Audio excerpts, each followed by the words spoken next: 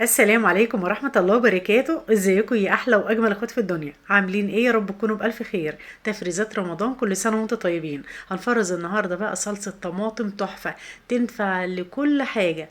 اي صنف خضار عندك، للمحشي، المكرونة، للبيتزا، لكل حاجة، اي حاجة تخطر على بالك هنفرزها كده تقعد معاكي من السنة للسنة ان شاء الله. يلا كده نسمي الله ونصلي على رسول الله ونشوف هنعملها ازاي. اول حاجة حبايبي، احنا بنشيل العنقود الاخضر اللي في الطماطمايه، وبناخد بقى شويه بشويه كده في الطبق او في البوله بتاعتنا. هنا بوريكم الحوض يا حبايب قلبي، مهما كان الحوض بتاعك نضيف وزي الفل، يعني كده منور شمعة، ما تغسليش فيه اي خضار ولا اي طيور ولا اي حاجه. انا بشوف في ناس بترمي كده الحاجه في الحوض وتغسلها، سواء فراخ او طماطم او خضار، بتحط الحاجه كده وتغسلها. الحوض ده يا حبايبي بيبقى فيه كميه جراثيم ما بنشوفهاش بالعين المجرده، يعني بتتشاف تحت الميكروسكوب.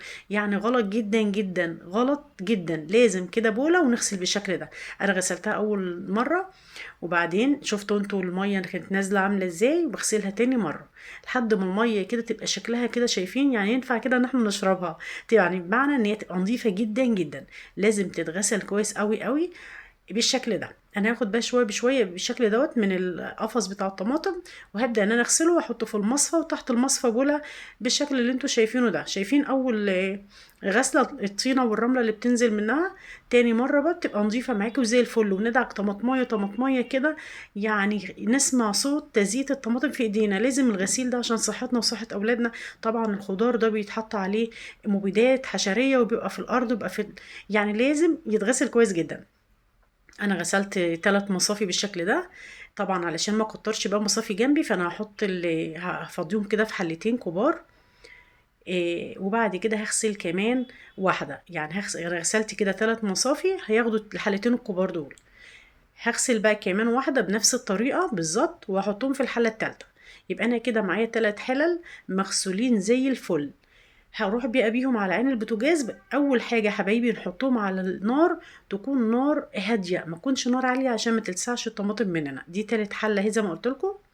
خلاص كده هنروح بقى على عين البوتاجاز. بصوا النار عامله ازاي، واطيه خالص في البدايه لحد ما تنزل كميه ميه كده او كميه سوائل، نبقى نعلي عليها بقى مش مشكله. بس اهم حاجه عشان ما تتحرقش منك ولا تتلسع منك في البدايه. بعد ما سيبناها بقى حوالي تلت ساعه، لانها نزلت الميه بتاعتها بالشكل ده وهتقل معاكي. يعني شايفين الميه عامله ازاي، لونها مصفر كده. الميه دي بقى احنا كده بنسمي الله كده في الحوض.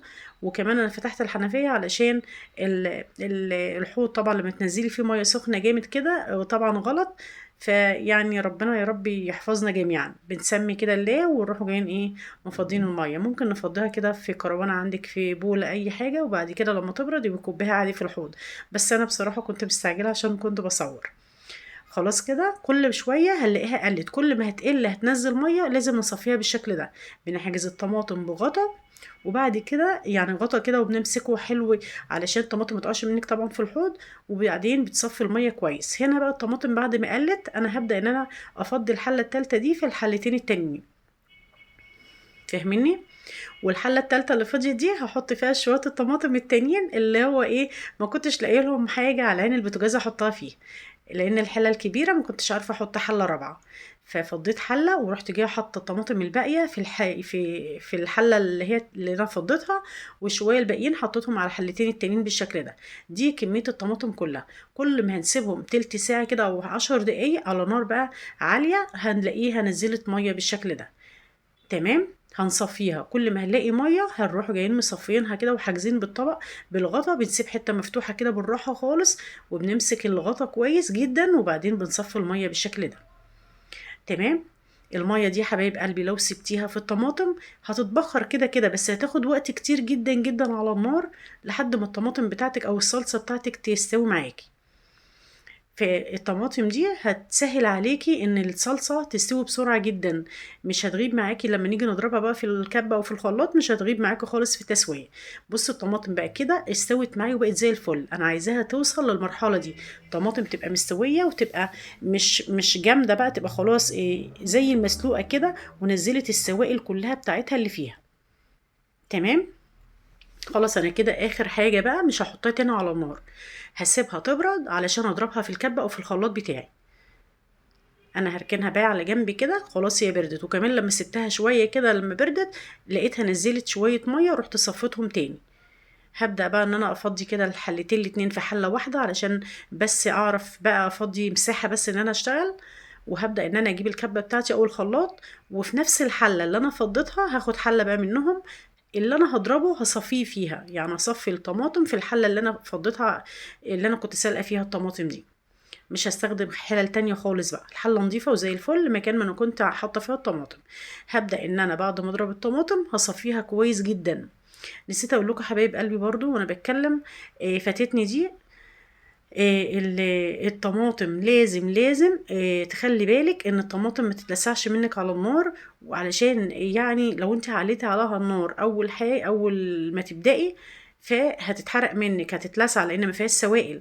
فالمهم لازم توطي عليها شويه صغيرين كده لحد ما تنزل السوائل بتاعتها شويه، بعد كده علي خالص براحتك مفيش مشكله. هنا بقى القشور انا بروح جايه ضاربه الطماطم كويس ومصفياها في المصفى. المصفى دي طبعا طلعت صغيرة كده يعني مش هتنفع معايا بصراحة، هبدلها دلوقتي اجيب مصفى كبيرة علشان انجز الوقت. خلاص كده القشور دي خلاص بقى بنستغنى عنها خالص، بحطها في بولة كده بجمعها كلها مع بعضها، وبعدين بستغنى عنها خالص. خلاص انا جبت المصفى الكبيرة بقى، هضرب على طول واروح جايه حاطة. بصوا بقى تنزلي السوائل تاني.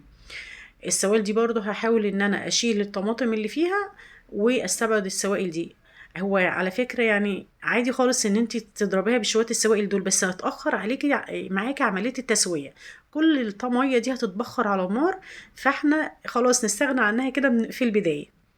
فاهميني؟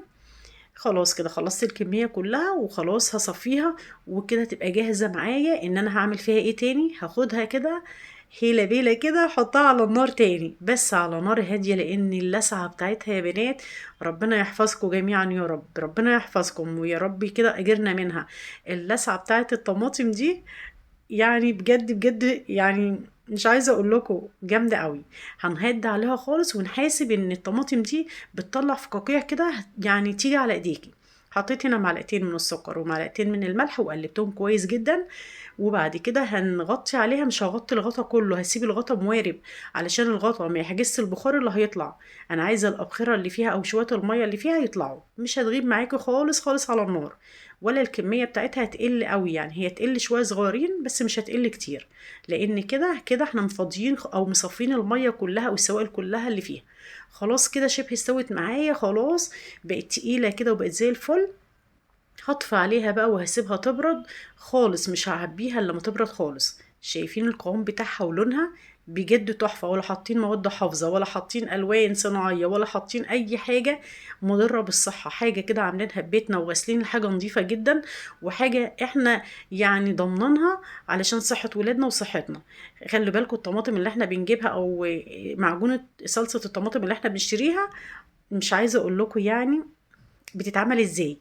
يعني ربنا يحفظنا برحمته. اي حاجة احنا بنعملها بتبقى نظيفة في البيت، وبتبقى بجد حاجة كده احنا عارفينها، وغاسلين الحاجة نظيف جدا. اي حاجة بتعمليها في البيت احسن بكتير من اللي احنا بنشتريها مليون مرة. فالطماطم دي حبايبي نسيت اقول لكم كمان، انا ببدا بقى الاول اجيب كيس كده واحط على قد الوجبه بتاعتي، ما تكتريش. لو انت هتحتاجي مثلا هتحشي مثلا كرنب ولا حاجه بتاخدي كيسين، تاخدي 3 على قد المحشي. لكن انا حطاها كوجبات كده للخضار. بتنفع الطماطم دي للمكرونه، للخضار، للمحاشي، للبيتزا، لاي حاجه تخطر على بالك هتنفع معاكي وتبقى جاهزه معاكي كده في الفريزر عندك. الطماطم دي يا حبايبي نسيت اقول لكم انا جايبه الكيلو ب 8 جنيه من الوكاله. الوكاله طبعا دي عايزه اقول لكم فيها الحاجه رخيصه. وعلى فكره لو انت جبتي كمان كميه مش قفص واحد او سبت واحد بتبقى اقل من كده، هي في السوق ب 10 جنيه. فلما بيجيبي مثلا قفص زي دوت او سبت زي دوت 24 كيلو، وفرتي مثلا كام جنيه، 2 جنيه. 2 جنيه في 24 ب 48 جنيه. فانت لما بتجيبي كميه، انا كنت جايباها مع الجوافه وكنت جايباها مع الرمان. اتمنى الحلقه تعجبكم ان شاء الله، ولو عجبتكم الحلقه ما تنسونيش في اللايك الحلو منكم والاشتراك في القناه لو انتم مش مشتركين. تنوروني وتشرفوني، والسلام عليكم ورحمه الله وبركاته.